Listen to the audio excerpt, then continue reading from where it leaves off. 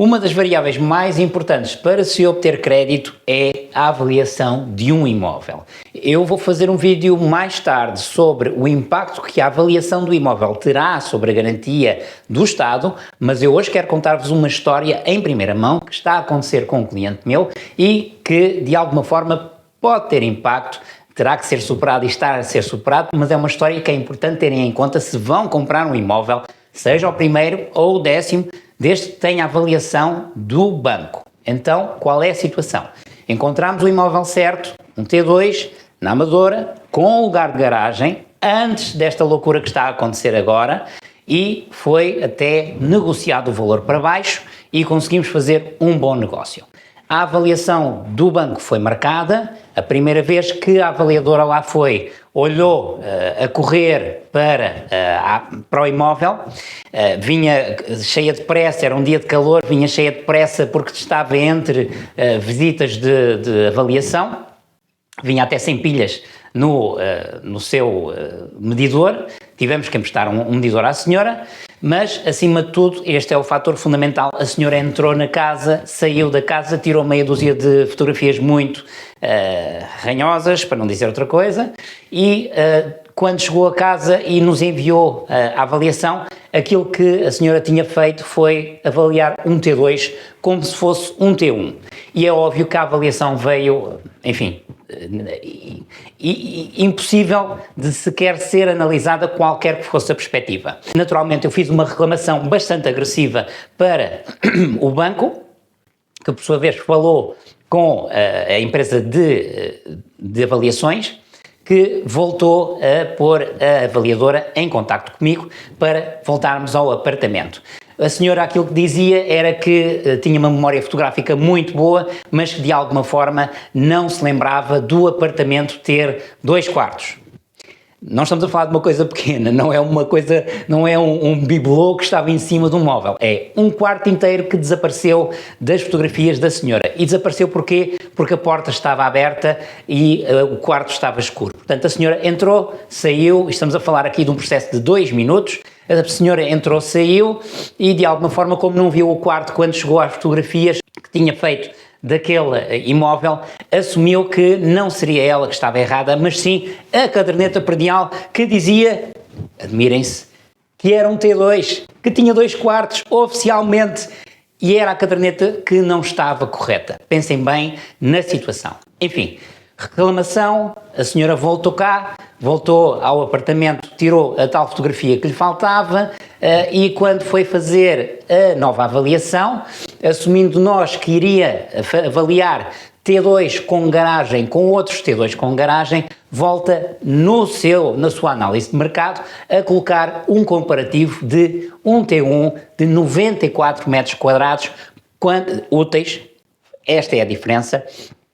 um T1 de 94 metros quadrados com garagem, mas um T1 de 94 metros quadrados que ela dá como indicando que tem 94 metros quadrados de área útil, quando se tivesse aberto o texto, a indicação que lá estava era que era um apartamento com 54 metros quadrados, ou seja, tinha uma garagem gigante para um T1, 40 metros quadrados, mas ao assumir que era área útil total, o que é que acontece? O valor passa da realidade do mercado, que são, enfim, mal comparada a análise que fez, mas que começava nos 215 e acabava nos 240 mil euros, e com aquele imóvel ali metido no meio, o valor baixou para abaixo dos 200 mil euros. É óbvio que é impossível fazer-se um negócio assim, fiz uma nova reclamação e o banco assumiu que o processo naquele avaliador estava fechado e os meus clientes tiveram que voltar a pagar uma nova avaliação para ter uma avaliação de uma nova empresa, de uma empresa diferente daquela que foi originalmente e, na perspectiva do banco, a partir dali aquela avaliação estava fechada, concluída e com tudo direitinho. Independentemente de nós termos indicado que o imóvel que lá estava era um T1 que estava a ser comparado com o T2 que era o nosso apartamento. Não assumiram esse erro, o cliente teve que pagar uma segunda avaliação e estamos no processo de fazer a segunda avaliação. Por isso é que é tão importante, quando se está a comprar uma casa, assumir todas as variáveis que podem e antecipar soluções para todas as variáveis de menos boas ou de pior que podem acontecer. apesar do valor das avaliações terem vindo a subir consistentemente nos últimos anos, e este mês de julho voltou a ser a mesma coisa, continua a haver subida mês após mês, de ano para ano, subidas grandes ao nível do valor das avaliações, mas nada impede que no seu caso em particular não possa acontecer alguma coisa como está a acontecer com este meu cliente. E quando isso acontece, é importante ter pessoas responsáveis, conscientes e conhecedoras de quais são as formas de dar a volta a todo este processo para de alguma forma conseguirmos ultrapassar este tipo de cenários. É por isso que comprar uma casa não é um processo linear. Pode haver sempre qualquer coisa que pode não correr bem ou a 100% com aquela que é a nossa expectativa e a necessidade que temos de ter uma ou outra variável que corra exatamente perfeita para tudo bater certo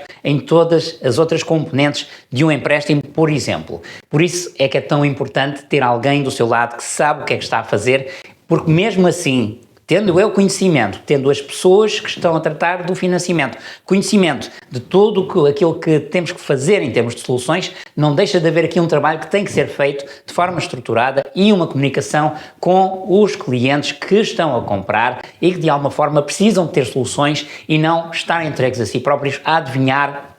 o que é que terão que fazer para ultrapassar este tipo de situações. E por isso é que é tão importante que antes de pensar em visitar imóveis, tenha consciência que tem que escolher, ao começar a visitar imóveis, a pessoa que vai estar ao seu lado para ajudar a antecipar cenários e ultrapassar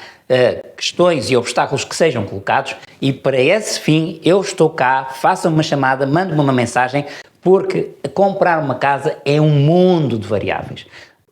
Todos os dias eu aprendo alguma coisa nova e eu estou neste negócio desde 2009, a servir clientes. Por isso, fale comigo, porque eu, pessoalmente, Grande Lisboa e Margem Sul, estou aqui do seu lado. Eu e a minha equipa. Nós temos a estrutura toda certa para que tudo aquilo que é necessário acontecer de bom, aconteça no seu caso particular também. Vamos falar? Vamos!